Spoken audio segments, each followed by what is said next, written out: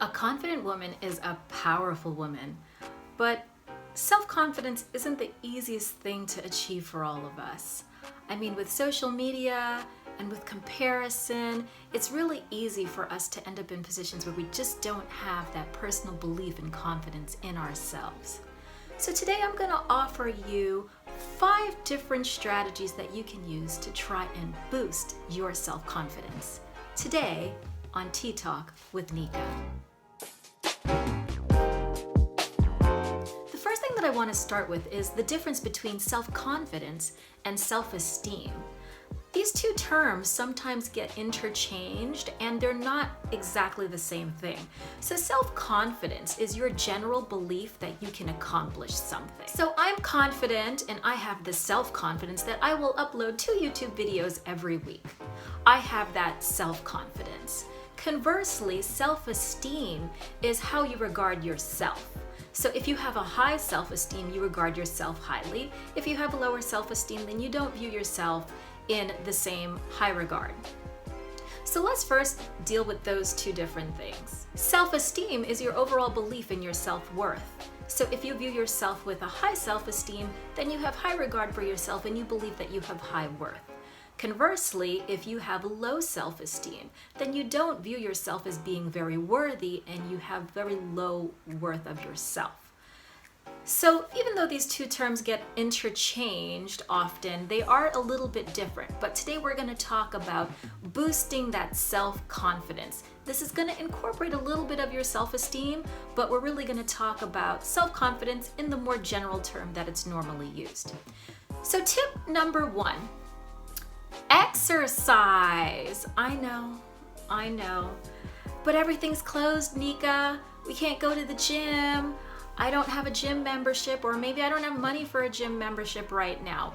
But the reality is that you can exercise anywhere. You don't need to go someplace in order to exercise. Right here on YouTube, there are tons of exercise videos, yoga, Pilates, HIIT workouts that you can do right in the comfort of your home. Every morning I wake up and I do a 25-minute exercise based off of videos that are posted right here on YouTube. There's no need for you to have to go someplace or get specialized equipment in order for you to exercise. Make the commitment to yourself and you can get up and do it. Maybe you're not a morning person, then do it in the afternoon. There's always a time in your schedule where you can fit in at least 20 to 25 minutes just to move your body. And the benefits of that are many. First of all, to boost our self-confidence, those endorphins. Yes, we have our own natural high in our body. You don't need outside substances. Our body releases endorphins when we're exercising, and these are our feel-good drug. Our body makes it for us. It helps boost self-confidence. It helps us think clearer. It has many benefits, but definitely the self-confidence boost is going to be one of the main ones. Not to mention, if you're exercising, you're going to be admiring your body like, hey, things are changing and I'm starting to look really good here. Seeing your body in a positive light from the exercise that you're doing is only going to help add to your self-confidence. Tip number 2. You guys are going to hate me for this one, but I'm going to tell you because I have to help you. That's what I'm here to do. Try things that make you uncomfortable. I know.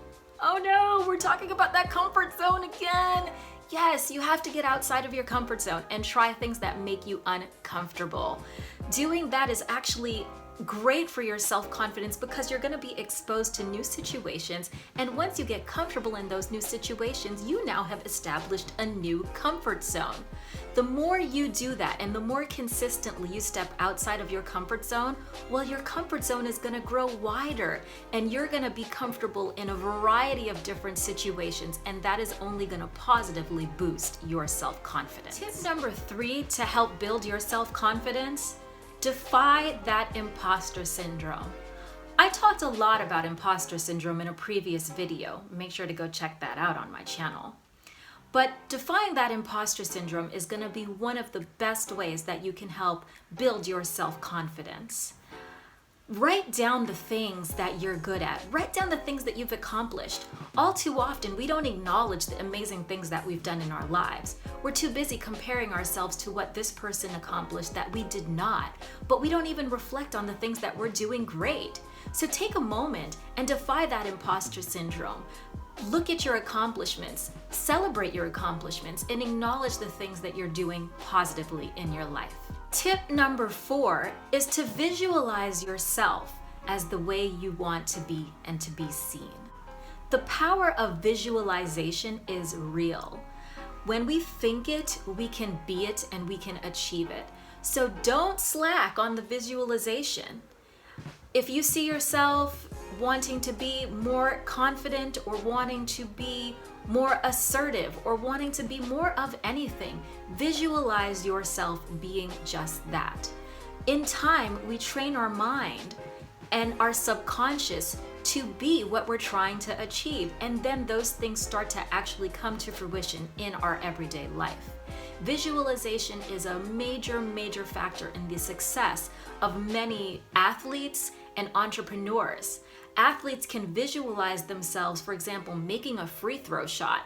And when they get on the court and when they're in this high stress situation, the practice of the visualization aids them in becoming more productive on the court and making those free throw shots.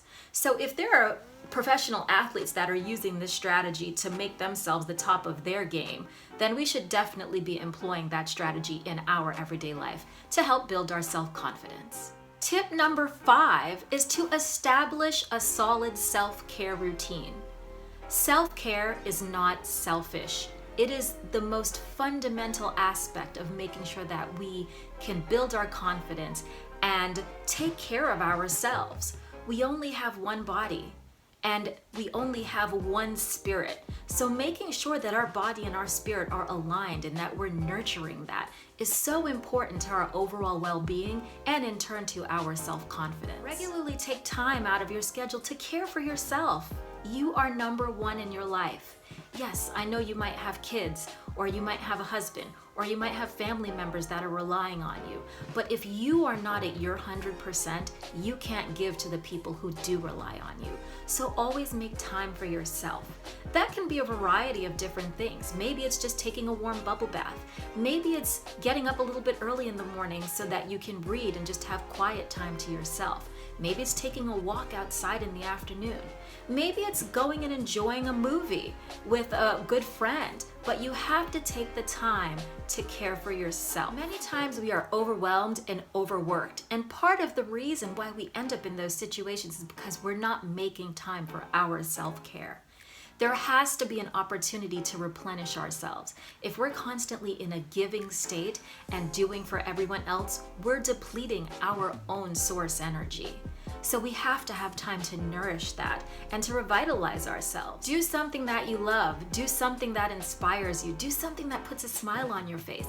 All of those little things will help replenish yourself, help you take care of yourself, and build your self-confidence. And I'm going to add a little bonus tip in this too. One of the things that we have to deal with a lot in our everyday lives now is social media and the influence of social media. It's very easy to scroll on Instagram or look through different YouTube posts or Facebook posts and get a little bit down on ourselves for not accomplishing what other people have accomplished. But you have to remember that comparison is the thief of joy. If we're constantly comparing ourselves to other people, we are not acknowledging the wonderful gifts that we have to give in this world and that we can provide to other people in our environments. So if you need to, I would suggest one of the best self-care strategies that you can use is to take a social media break. Let it go. Go a day without checking your email or checking your Instagram feed or checking your Facebook. Take that moment for yourself to just enjoy being you and to enjoy the things that really bring you joy. So this was a couple of tips that I wanted to share with you on ways that you can help boost and build that self-confidence and to just be comfortable in your skin. So remember, the first thing is to exercise. Get your body moving. Secondly, get out of that comfort zone and try things that make you uncomfortable. Defy that imposter syndrome. Look at the things that you're doing great in your life and acknowledge them and congratulate yourself for them. Visualize yourself as you want to be. Visualization is a great strategy. And self-care. Put yourself first sometimes. If this video was helpful for you, don't forget to hit that like button and also subscribe to my channel where I'm going to be talking about more of these things that we can do to build ourselves and just to live the life that we want to have and that we feel we deserve. My name is Nika Mora and this is Tea Talk with Nika, and until next time, stay beautiful.